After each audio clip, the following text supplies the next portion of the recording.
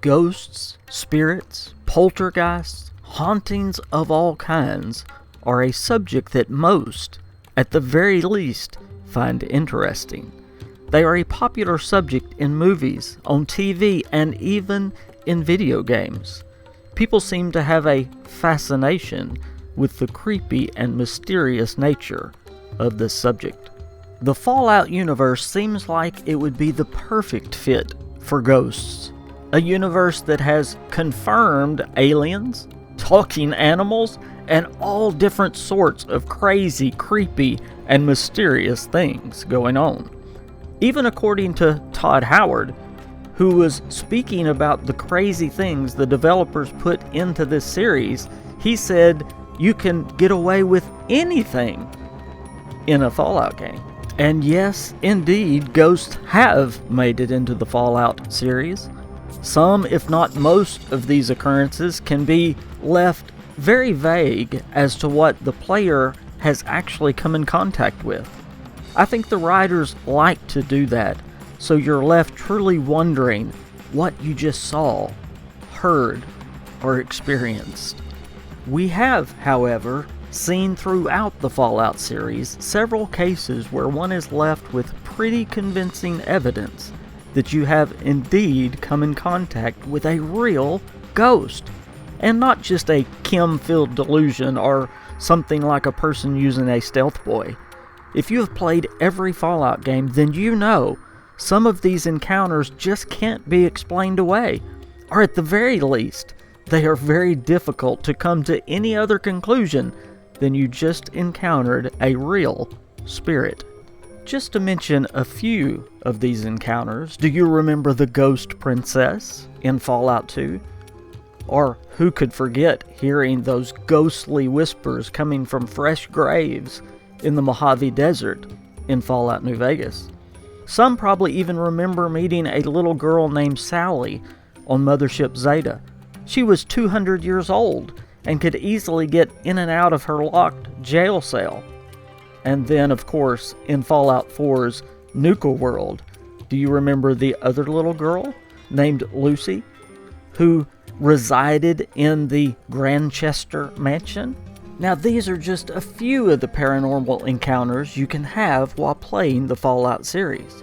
So how about the newest game in the series, Fallout 76? Are there any real ghosts in Bethesda's newest Fallout game?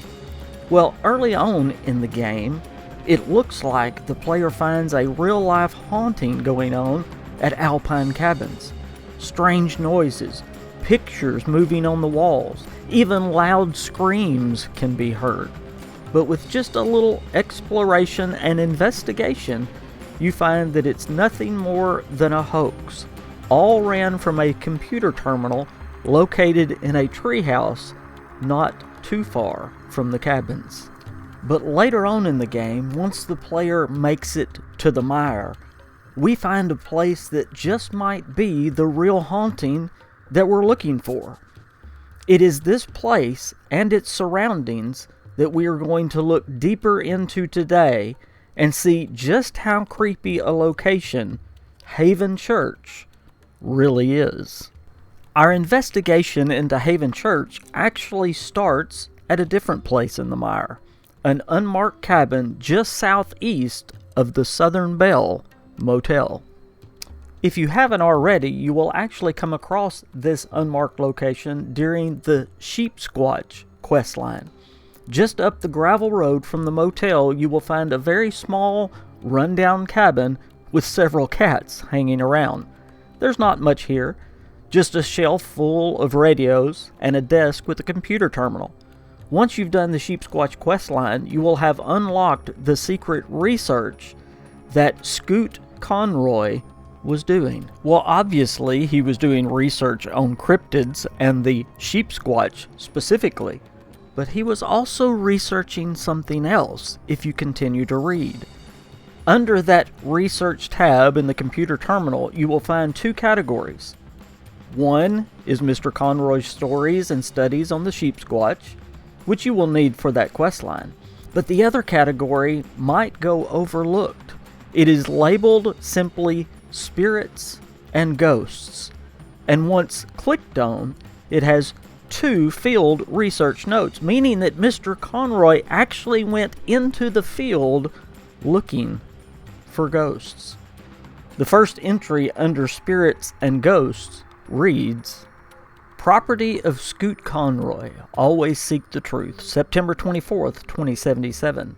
Hunters, me and Sean, location, an abandoned house in Harper's Ferry.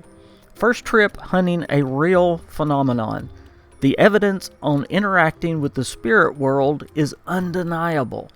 We brought an old General Atomics B57 transistor radio. Sean says it's a perfect ghost phone. Man, was he right. We got some of the craziest messages from this house. We kept hearing church repeated over and over again. Sean thinks that because the radio kept picking up the local religious stations, but I don't know. I just have this feeling.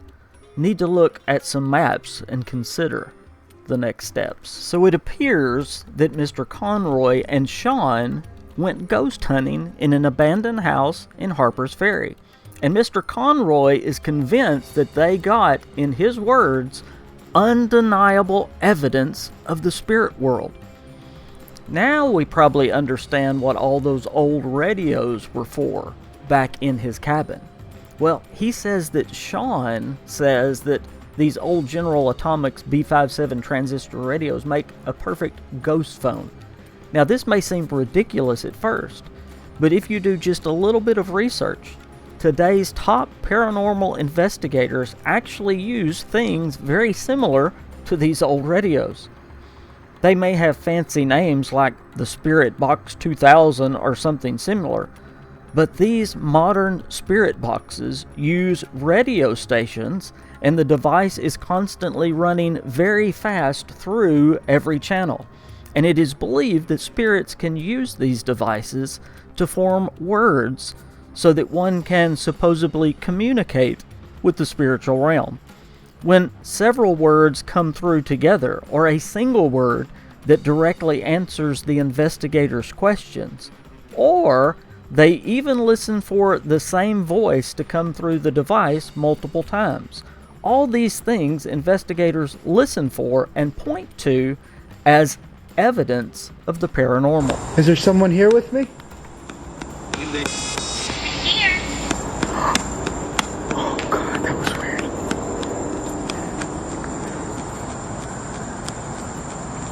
That was creepy. Well, Mr. Conroy says that while using one of these devices, they got crazy messages that night when they investigated that abandoned house in Harper's Ferry. Another clear sign investigators look for today is the same word or phrase repeated over and over, because that would be very difficult to have happen by chance with one of these devices. Mr. Conroy and Scott kept hearing the word church repeated over, and over again. Now, Sean, being a skeptic, played it off as the radio picking up some religious station, but Mr. Conroy was convinced enough that he started looking at maps to look for churches close to Harper's Ferry to investigate. Well, in the next section on Mr. Conroy's computer, labeled Ghost Field Research 2, he mentions 2 churches that he finds on the map that he may want to go investigate. Both are very close to each other. One is a church that had an accident with a sinkhole and had several people die. The other church is called Haven. Now, we have no record of what he found at these churches, so we have to go investigate just like he did. Well, once you arrive at Haven Church, it sure looks the part of a haunted place. Boarded up windows, vines growing up the sides of the building, and it being in the mire just adds to that creepy factor.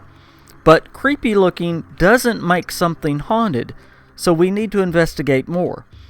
The inside of the building will have a few ghouls in it, and sometimes a wendigo or even a glowing one. It is also littered with skeletons, at least one dead raider corpse, and even a dead vault dweller. If you go into the church office, you can find a terminal that will tell you more about what has happened at the church house since the bombs dropped. Well, shortly after the bombs, it appears that members of this church who were still alive opened up the church house for a safe place to stay for any of the locals in the area. This went on for a while until a ruthless raider group, headed up by a man named Cal, shot everyone there in cold blood, and then the other raiders, without any respect, threw their bodies behind the church house and set up their own camp right there.